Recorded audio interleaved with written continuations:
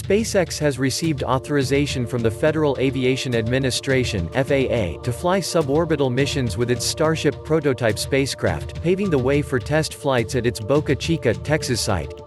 SpaceX has been hard at work readying its latest Starship prototype for low-altitude, short-duration, controlled flight tests, and conducted another static engine fire test of the fourth iteration of its in-development spacecraft earlier today.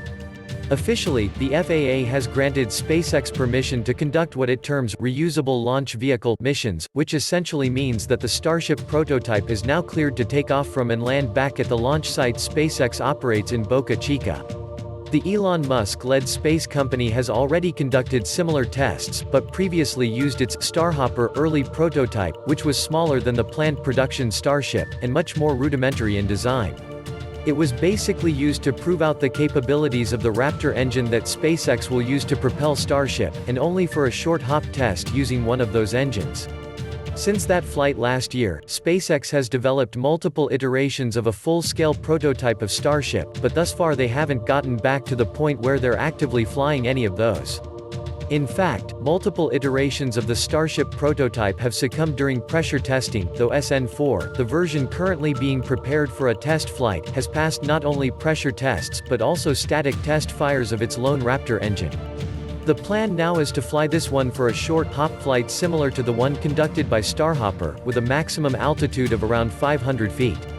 Should that prove successful, the next version will be loaded with more Raptor engines, and attempt a high-altitude test launch. SpaceX is quickly building a newer version of Starship in succession even as it proceeds with testing the completed prototypes, in order to hopefully shorten the total time span of its development. There's something of a clock that SpaceX is working against. It was one of 3 companies that received a contract award from NASA to develop and build a human lander for the agency's Artemis program to return to the Moon.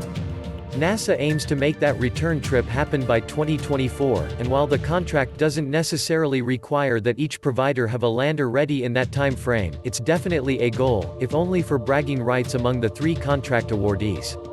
If you've enjoyed our video, please press the like button. Don't forget to subscribe to our channel to follow our new contents. Your comments are valued and appreciated as well.